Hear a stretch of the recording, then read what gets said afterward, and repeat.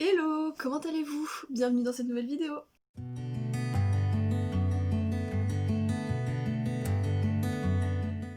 Je reviens pour vous parler d'un livre que j'ai fini hier. Pour ceux qui me suivent encore une fois sur Instagram, je vais vous parler de Akomath, donc A Court of Mist and Fury. C'est un beau bébé, hein. Le bordel il fait 650 pages. Et j'ai adoré, c'était trop bien.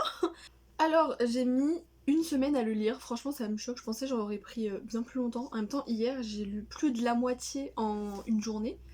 J'ai lu un peu en VF aussi, donc je vais pouvoir vous dire la différence entre la VO et la VF. Mais oh mon dieu, je suis passée par toutes les émotions dans ce livre. Vraiment j'ai adoré, ce tome 2 est bien meilleur que le tome 1. Alors je suis choquée parce que une trilogie, parce que apparemment le tome 4 ça fait pas vraiment partie de la trilogie. Une trilogie où le tome 2 est bien meilleur que le premier tome et est sûrement le meilleur tome des trois. À mon avis, c'est le meilleur tome des trois. Sauf si le troisième tome arrive à faire mieux que ça, je vais finir en flaque d'eau, littéralement. Parce que, mais c'était juste trop bien. En fait, le dernier livre où j'ai ressenti autant d'émotions, c'était soit Lux, soit Shadow Me, et dans ce cas, ça remonte à très longtemps. Je vais placer ACOTAR devant The Cruel Prince, parce que vraiment, ACOTAR, c'est tout ce que j'aime. C'est vrai, il y a vraiment tout ce que j'aime dedans. La fantaisie, de la romance, de l'humour, on te fait pleurer, on te fait rire, on te fait tout ce que tu veux, en fait tu passes par toutes les émotions dedans. C'est hyper addictif, ça se lit vraiment assez facilement. Enfin assez facilement, faut quand même les bases en anglais quoi, mais c'est pas la fantasy la plus compliquée. Je pense que je vais faire plusieurs parties, une sans spoil et une avec spoil parce que j'ai plein de choses à dire. Donc je vais commencer par essayer de faire du non spoil et de vous dire ce que j'en ai pensé. Donc comme je vous le dis, je l'ai adoré, vraiment. Dans ce tome là on voit vraiment l'évolution de Fer. Je sais toujours pas si on dit Fer ou Feyru, on va dire Fer, hein, voilà. Faire dans ce tome 2, elle évolue tellement entre la première page et la dernière. C'est le premier truc qui me vient à l'esprit en pensant à ce tome là parce que vraiment elle a une évolution, elle change totalement du tome 1. La première partie du livre, il se passe 2-3 trucs mais c'est pas le plus intéressant du bouquin, mais ça se laisse lire. Franchement, les pages se tournent vraiment assez rapidement.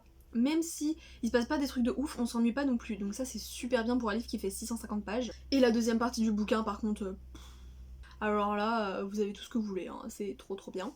Évidemment, il y a des personnages que je déteste. Pas dans le mauvais sens du terme. Mais pas le détester dans le sens où du coup j'aime moins le bouquin. Pas du tout, c'est juste que l'auteur fait exprès qu'on les déteste. C'est compliqué de ne pas spoiler. Si le point négatif que je donnerais à ce livre, parce que j'en ai parlé sur Instagram avec plusieurs d'entre vous, c'est que Fer, elle m'agaçait un petit peu. Pendant quelques chapitres, elle m'a un peu agacée parce qu'elle s'apitoie sur son sort, c'est tout le temps la même chose. C'est oui, mais moi j'ai grandi comme ça. Ou alors, je sais pas pourquoi, mais elle ne fait pas confiance. Enfin, je veux bien que tu ne fasses pas confiance au vu de ce qui est arrivé dans le premier tome, mais à ce point-là, surtout quand la personne en face te montre tout pour que tu aies confiance en elle et que ça fait genre un long moment que t'es avec elle, pourquoi t'as toujours pas confiance en fait? Qu'est-ce que t'attends, qu'est-ce que tu veux qu'il se passe pour avoir confiance? Et ensuite, à un certain passage du bouquin, j'ai pas compris sa réaction. Elle apprend un truc, et sa réaction, elle est genre multipliée x 10. Je veux bien que tu sois énervé, que ça te plaise pas, que tu n'étais pas au courant et tout, mais à ce point-là, t'abuses un petit peu, hein.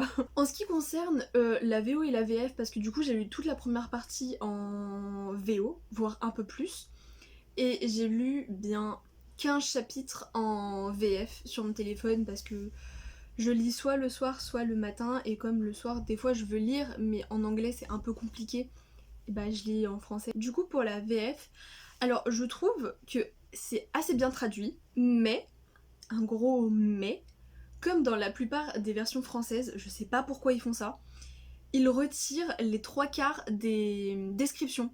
On a tout le dialogue, les dialogues ils sont là. Un chapitre en VO qui va faire genre 10 pages, le chapitre en français il va en faire 8 parce qu'on va avoir retiré toutes les descriptions, on va avoir tout recollé les uns sur les autres, et bah, au final je trouve ça un peu nul parce que ça retire un peu de la plume de l'auteur en fait. Ça retire l'ambiance du livre je trouve. Alors forcément ça va être un peu plus addictif parce qu'il va y avoir les dialogues, plus les dialogues, plus les dialogues, du coup ça va aller vite. Mais les descriptions pour certains chapitres, j'ai été un peu déçue de voir qu'elles avaient été retirées dans le français. Pas elles sont importantes, mais ça nous fait vraiment comprendre l'univers dans lequel on est et toutes les explications de ce qui se passe, de ce que Fer voit exactement, à quoi elle pense exactement, c'est retiré. On n'a plus que le dialogue et ce qu'elle fait vite fait, et c'est tout. Je trouve ça super dommage, mais en soi, sinon si vous le lisez en français, c'est pas non plus dramatique. Je m'attendais à bien pire, il n'y a pas de scènes qui sont totalement censurées. J'ai screené les passages où je pensais que ça allait être censuré et je l'ai envoyé à Solène. Donc Solène, si tu passes par là, coucou. Et elle m'a dit que de ce qu'elle lisait là, non, en effet, c'était pas forcément censuré parce que au vu des mots qui sont utilisés dans Akomaf, vraiment, le vocabulaire, si vous êtes un jeune public, doucement quoi. Mais voilà, après des fois, pareil, dans la version française, en général dans les livres, les dialogues quand ils sont trop longs, ils les suppriment quelques mots, ou alors une phrase en anglais, ils vont trouver qu'un seul mot en français pour dire toute la phrase. Je sais pas si vous voyez ce que je veux dire, mais sinon en soi, la VF est assez bien traduite. J'ai adoré, ça a été un énorme coup de cœur, comme je vous dis, Fer, elle est devenue super badass. J'adore les nouveaux personnages qui ont été mis dans l'histoire dans ce tome 2. Tout le monde aimerait avoir le même groupe d'amis que ce qu'il y a là-dedans, vraiment. Les nouveaux personnages, ils sont tellement attachants, c'est super addictif que ce soit en VO ou en VF. C'est vraiment super super addictif. C'est trop bien en fait, vraiment, c'est trop trop bien. Je suis passée partout, je suis passée partout. Je suis passée par la tristesse, par la colère, par la joie, par l'excitation. Je suis passée par toutes les émotions. Et comme je disais, ça fait super longtemps et je suis tellement contente qu'un livre m'ait redonné tout ça. C'était vraiment génial, j'ai adoré, c'était trop bien. Donc si vous n'avez pas encore lu cette saga, que ce soit en VO ou en VF, foncez la lire. Mais si vous pouvez lire en VO, lisez-la en VO parce que... On va passer à la partie avec spoil. Donc, si vous n'avez pas lu Akomaf et que vous comptez le lire et que vous voulez pas être spoilé, je vous mettrai le nombre de minutes où me retrouver après à la fin. Sinon, pour les autres personnes, bah venez, hein, on va parler de Akomaf, il n'y a pas de problème. Et voilà, on va continuer. J'ai pas changé de tenue, j'ai juste retiré mon pull parce que je commençais à avoir chaud.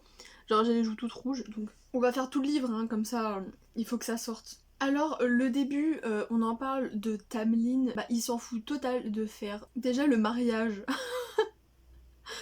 Le pire, c'est qu'au début du livre, ils disent je ne suis pas son âme sœur, mais c'est possible et tout parce que je suis une humaine à la base, donc c'est possible que je sois pas son âme sœur. Et évidemment, qui vient la sauver? Rissant. Et alors là, quand il a débarqué, j'étais en mode oui, elle la joie. Elle revient et Tamlin l'enferme. Il l'enferme dans le palais toute seule. Alors qu'elle était déjà bien assez enfermée quand elle était sous la montagne, là-bas, traumatisée. Tamlin parle que... Enfin, lui dit qu'il est traumatisé, qu'il peut pas faire autrement, mais pense à elle. T'es pas tout seul. T'es peut-être traumatisé, mais elle est encore plus traumatisée que toi. Enfin, elle a failli mourir, quoi, quand même. Et évidemment, qui vient la sauver? Rissande. Alors, moi qui disais que je voulais plus voir Rissande, dans ce tome-là, au moins, j'étais servie, hein, parce que les 600 pages, bah en fait, il y en a 500, c'est que Rissande. Donc j'étais très contente, voilà. Donc après ils font leur vie, lui expliquent les choses, patati patata. Elle rencontre toute la familia qui a l'air trop trop bien là, Aziel, Cassian, mort. Alors elle, je voudrais que ça soit ma meilleure amie, vraiment. Elle est géniale. Ou Amren, je crois qu'elle s'appelle. Elle est trop drôle aussi. Bah comme je disais dans la partie non spoil, Fer elle m'a un peu énervée parce que tout le temps... Enfin, Rissand lui demande de faire confiance, elle lui dit oui oui, et puis toutes les 2 minutes elle va avoir des pensées en mode... ça se trouve, Rissand, il m'utilise pour ça, ça se trouve, il croit que je suis son jouet, son animal et tout. Le gars, il t'a prouvé 15 000 fois avant que c'était absolument pas le cas et tu crois encore ça? La logique, s'il te plaît. Donc juste pour ça, elle m'a un peu saoulée. Le passage, quand ils sont à la cour des cauchemars. Juste, what? Et j'étais en mode, d'accord, c'est gênant un petit peu quand même. Je veux bien que vous fassiez ça, mais tout seul. Quand elle découvre qu'elle est son âme sœur, j'allais dire mate, comme en anglais du coup.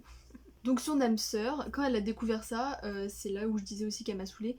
mais pourquoi t'as surréagi comme ça? Enfin, c'est pas grave.